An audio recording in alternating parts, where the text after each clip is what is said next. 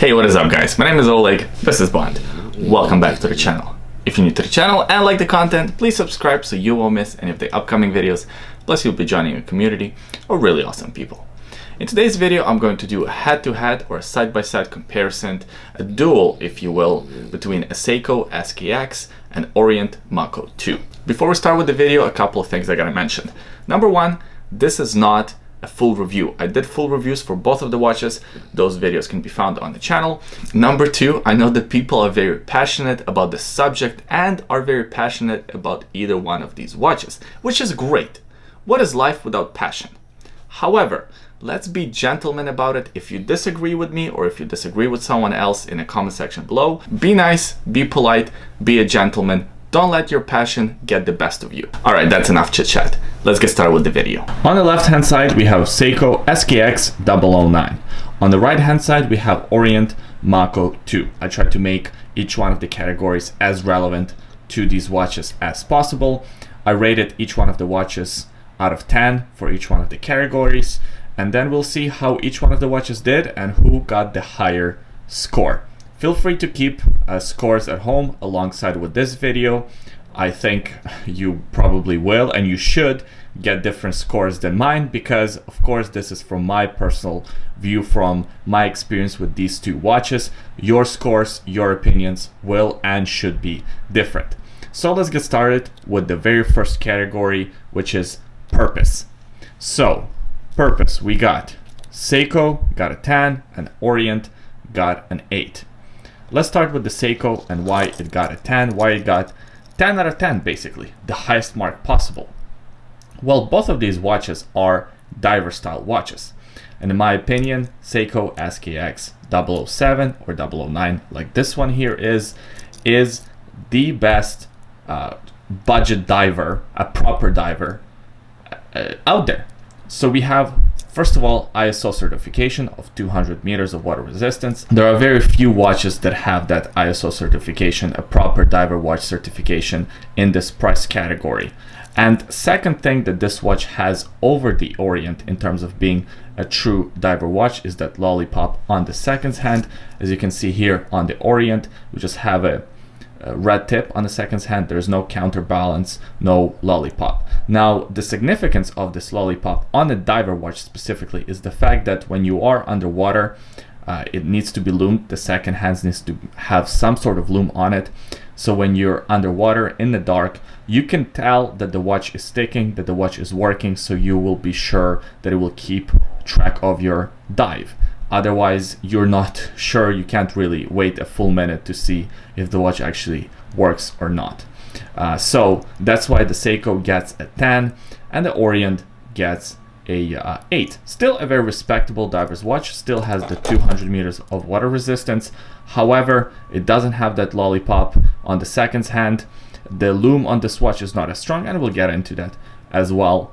And just doesn't have the ISO certification, so that's why it gets an 8. Some might argue it maybe deserves a lower mark, but I think at the price that you buy this watch for, it's a very respectable 8 for Orient. Next up, finishes and quality. So Seiko SKX gets the 7 and Orient gets an 8. So let's start with the Orient. Why does it get a higher mark than the Seiko? Well, first of all, the number of different finishes that you get on this watch. So brushed finish on the top of the case and you get a polished finish on the sides. The same thing with the bracelet. So that alone weighs over the Seiko's purely polished look to the case, which isn't as tough to do as doing different transitions with the case finishes. The other thing that this watch has over the Seiko is the fact that it has all applied hour marks. It has the date window, which looks really awesome. So I think it's a bit of a better finishes, a bit of a better quality watch as opposed to the Seiko SKX, which still has really good quality, still has respectable finishes for the $200 price point, but does have the printed dial, doesn't have a date window. The finishes, it's just all polished finish, doesn't have a signed crown. The Orient does have a signed crown with the Orient logo. So all these little things add up, and I think Seiko is at a 7 and the Orient is at an 8. Next up, the bezel. So bezels are very important to diver watches. It's one of the main characteristics of a diver watch. That's how you know that the watch is diver, primarily just by looking at the bezel. So a Seiko here got a 8 and the Orient got a 6. So I'll start with the Seiko. Why did it get an 8? Why didn't it get a higher score or a lower score? First of all, the bezel action. The bezel action on this watch is excellent. It's clicky, it's very satisfying to turn, not a lot of backplay at all, and it stays in a place where you want it to stay. 120 click, of course unidirectional, very satisfying, very easy to turn, good grip. It's a thick bezel, so it's hard to complain about the bezel action on this watch. However, why didn't it get a 10 if it's such a great bezel? Well, there are a couple of reasons. Number one, the fact that the bezel doesn't align properly. It's just ever so slightly misaligned. As you can see right now, it's a little bit before the 12-hour mark, and if we go one over, it's slightly over. So it's not a huge misalignment, but it is still misaligned, so you have to ding some points for that. Now the second point is the fact that it is an aluminum insert bezel. It's not a ceramic bezel, it's not a sapphire bezel. We've seen some ceramic and sapphire bezels in watches in a similar price category already, so that's why it deserves a respectable 8 and not a full 10. So Orient then, why did it get a 6? Some might argue that's a bit of a low number for this watch. Well, I'm gonna judge it on the model that I have in my collection. I can't speak for all Orient Makos and all Orient Ray watches, but the one that I have, first of all, the bezel action, it's very tough to turn. It's not an easy turn of the bezel.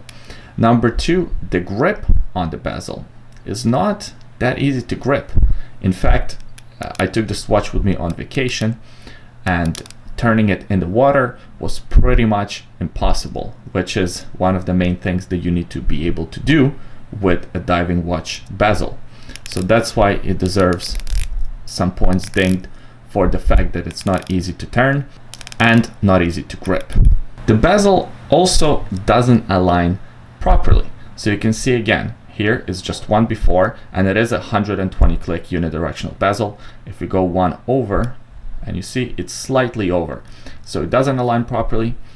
It is also an aluminum insert, so it deserves a 6 in my opinion, kind of a low mark. Maybe you will disagree, maybe your model works better than mine, but at least on mine the bezel is not all that great. Next up is the bracelet.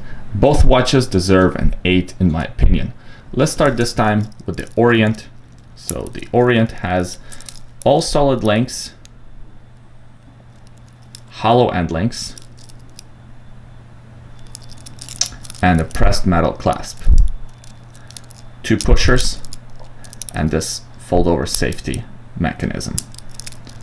Now, why does it deserve an 8 and not a higher number?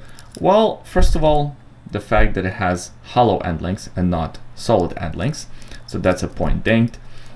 And number 2, the fact that the bracelet doesn't taper at all, so it's just flat 20 millimeters throughout the whole bracelet, which is fine, but it is not as comfortable as it would be if the bracelet did taper. It's not a bad bracelet by any means. I enjoy wearing this watch on a bracelet. I don't like wearing it on the NATO or on a leather strap. I think it works really well on this bracelet. It's a good solid bracelet, however it does have some negatives. So a solid 8 is what this watch deserves.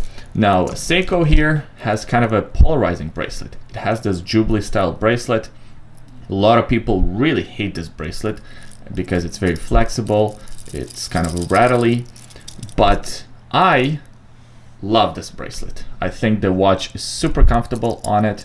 I think it looks really good with this design. It reminds me a lot of the old vintage Rolex watches, like the old GMT Master and the Datejust models. This bracelet is awesome. If you size it correctly, it will be really comfortable on your wrist and it will not feel top heavy. That's not a complaint that some people might have with this watch and the design of this bracelet. We also have hollow end links and a pressed metal clasp. So those are the negatives of the bracelet. That's why it gets an 8 and not a full 10. Next up, Lume. So a Seiko gets a 10 and an Orient gets an 8. Comparing them side by side, you can see that the Seiko has a printed dial. This watch probably has the best lume out of all the watches in my collection. That's why it gets a 10. This here, Orient, has applied hour marks, has the 6, the 9, and the 12 in Arabic numerals, which is a cool touch and it looks really nice in the dark. I also really like the sword hands. Again, they look great in the dark. However, it doesn't have as strong of a lume. The lume doesn't last as long as the Seiko. Let me pop a lume shot on the screen right now so you can judge for yourself. Yeah, as you can see, Seiko clearly has more lume. It's more legible in the dark, so it's a winner. But Orient still gets a solid 8. Next up, the movement. All right, so that's where Orient gets some points back, gets a 9, and the Seiko gets a 7. Let's start with the Seiko movement. So Seiko has a 7 S26 movement, a very familiar movement to anyone who's been interested in Seikos at any point of their lives. This movement is kind of the introductory automatic movement for a lot of people. A lot of people start their watch collections with automatic watches with this movement. It gets a 7 primarily because it doesn't have hand winding and it also doesn't have hacking. Hand winding is something that I wish this watch had. Hacking, that's okay. Also has the day-date complication. Unfortunately, the hour's hand right now is blocking the day, but believe me, it's there. So a 7 is well-deserved. Now, some might argue that the 7 is a bit of a too high of a mark for this movement, but I'd argue that this movement has proven itself over the test of time. It's very solid, very reliable, robust, can run for a decade without needing a service, without skipping a second. So a solid 7 for the Seiko SKX.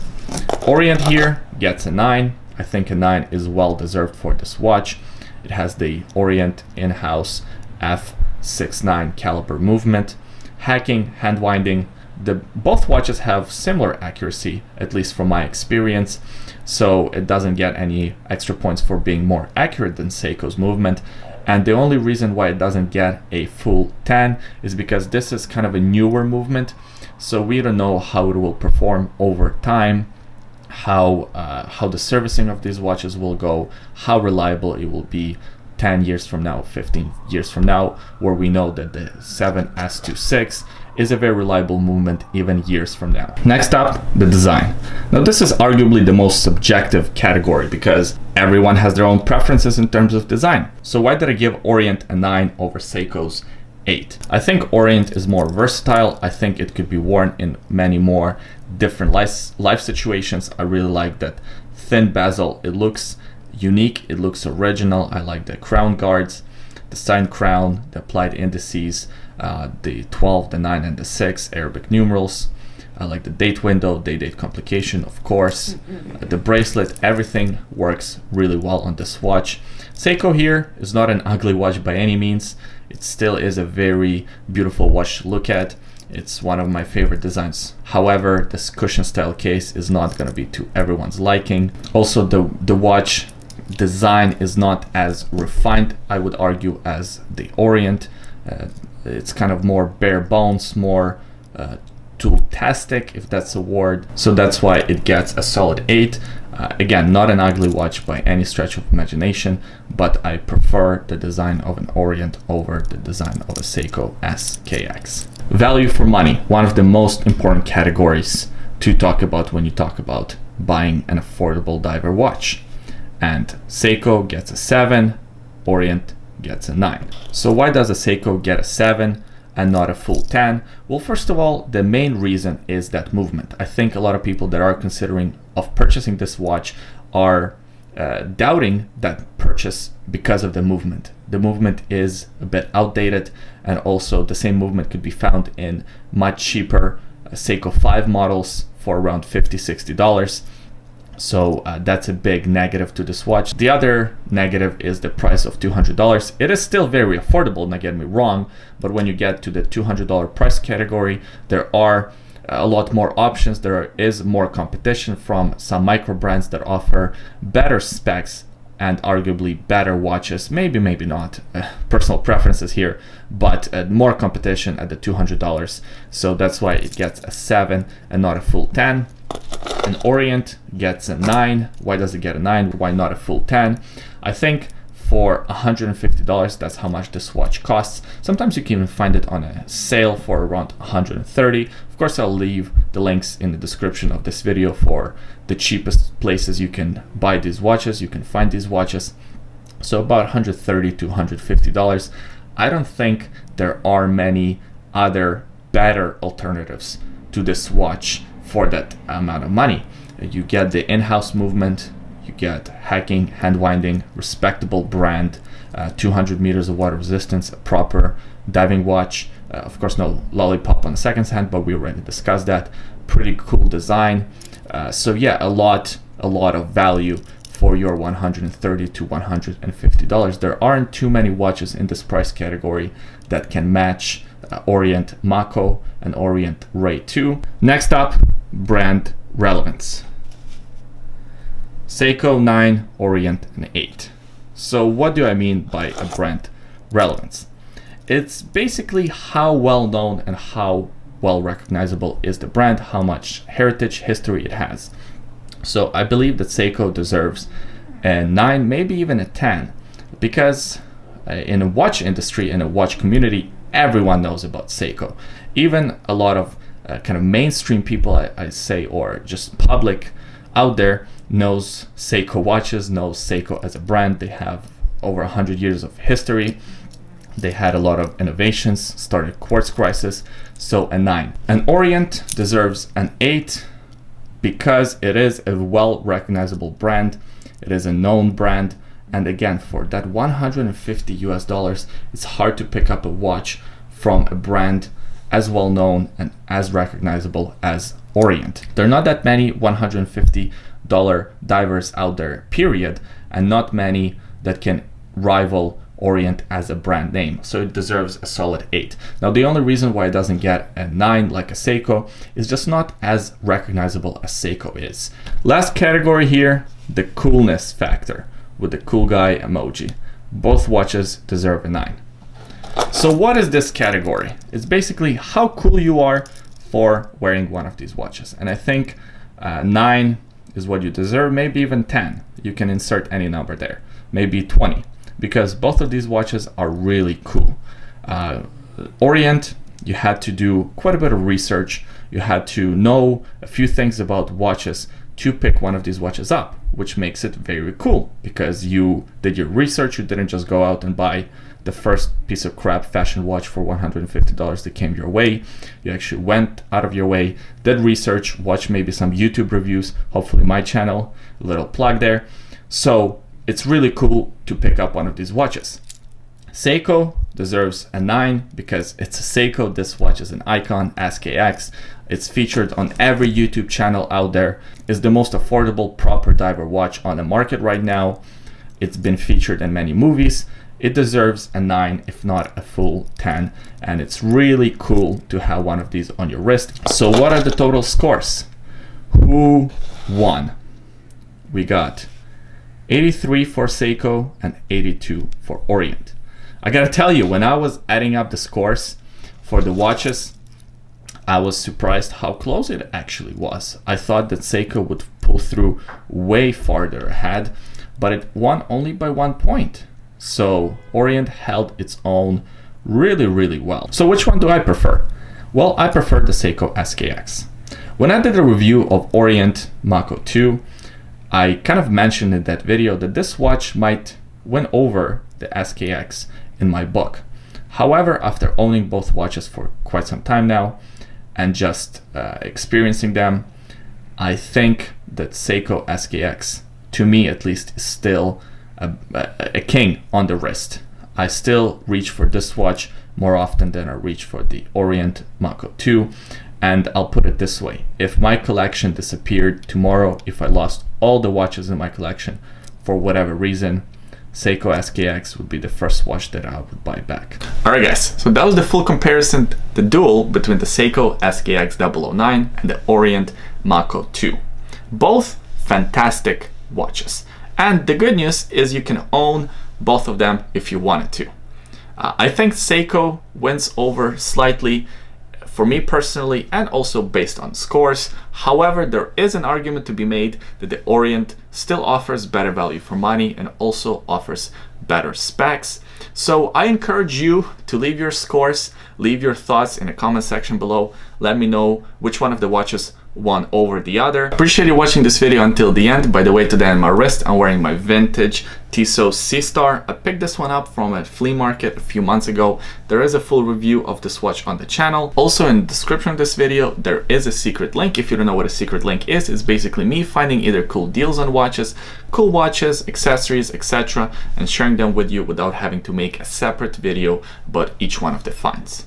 Thanks for watching this one. I hope you enjoyed it, and I'll see you guys next time.